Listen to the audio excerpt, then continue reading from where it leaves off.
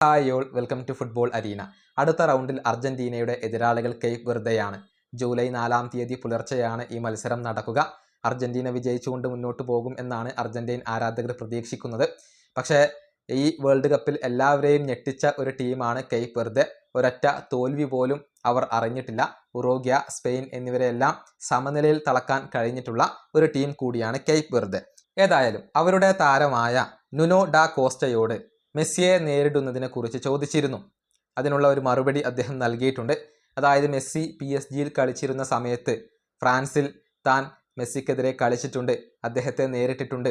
അതുകൊണ്ട് തന്നെ അദ്ദേഹം എത്രത്തോളം മികച്ച താരമാണ് എന്നുള്ളത് തനിക്കറിയാം, ഞങ്ങൾക്കറിയാം എന്നൊക്കെയാണ് നുനോ ഡാ കോസ്റ്റ പറഞ്ഞിട്ടുള്ളത്. പക്ഷേ അർജന്റീനക്കെതിരെ അതുപോലെ തന്നെ മെസ്സിക്കെതിരെ കളിക്കുന്നത് തന്നെ ഒരു വലിയ ബഹുമതിയാണ് എന്നുകൂടി നുനോ ഡാ കോസ്റ്റ പറഞ്ഞിട്ടുണ്ട്.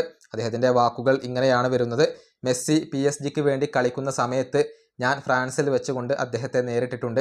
അദ്ദേഹം ഒരു മികച്ച താരമാണ് എന്നുള്ളത് എനിക്കറിയാം.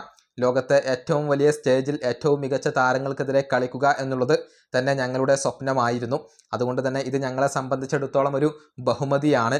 ഗ്രൂപ്പ് സ്റ്റേജ് കടക്കാൻ കഴിഞ്ഞതിൽ ഞങ്ങൾ ഹാപ്പിയാണ്. 90 മിനിറ്റിൻ്റെ മറ്റൊരു മത്സരം കൂടി ഞങ്ങളെ കാത്തിരിക്കുന്നു. തീർച്ചയായും ഞങ്ങൾ സർവ്വതും നൽകിക്കൊണ്ട് കളിക്കും. ഇതാണ് ഇപ്പോൾ കേപ്പ് വെർദെ താരമായ നുനോ ഡാ കോസ്റ്റ പറഞ്ഞിട്ടുള്ളത്. സർവ്വതും സമർപ്പിച്ച് അർജന്റീനക്കെതിരെ കളിക്കും എന്ന ഒരു നിലപാട് അദ്ദേഹം വ്യക്തമാക്കിയിട്ടുണ്ട്. ഏതായാലും ഈ വേൾഡ് കപ്പിൽ അവരുടെ ഏറ്റവും വലിയ ശക്തി എന്നുള്ളത് ഡിഫൻസ് തന്നെയാണ്. മത്സരത്തിൻ്റെ മുഴുവൻ സമയവും ഗോൾ വഴങ്ങാതെ പിടിച്ചു നിൽക്കാൻ തങ്ങൾക്ക് കഴിയും എന്നുള്ളത് സ്പെയിനിനെതിരെയുള്ള മത്സരത്തിൽ തന്നെ കേപ്പ് വെർദെ തെളിയിച്ചതാണ്. ഒരിക്കൽ കൂടി അത്തരത്തിലുള്ള ഒരു വലിയ വെല്ലുവിളി അവരെ കാത്തിരിക്കുകയാണ്. എതിരാളികൾ അർജന്റീനയാണ്. ആ മത്സരത്തിലും ഡിഫെൻഡിങ്ങിന് തന്നെയായിരിക്കും അവർ പ്രാധാന്യം നൽകുക. അവരുടെ പ്രതിരോധ കോട്ട പൊളിക്കുക എന്ന ഒരു വെല്ലുവിളിയാണ് ഇപ്പോൾ മെസ്സിക്കും സംഘത്തിനും ഉള്ളത്. ഈ വീഡിയോ അവസാനിപ്പിക്കുന്നു. അടുത്ത ടീമായി കൊണ്ട് കാണാം.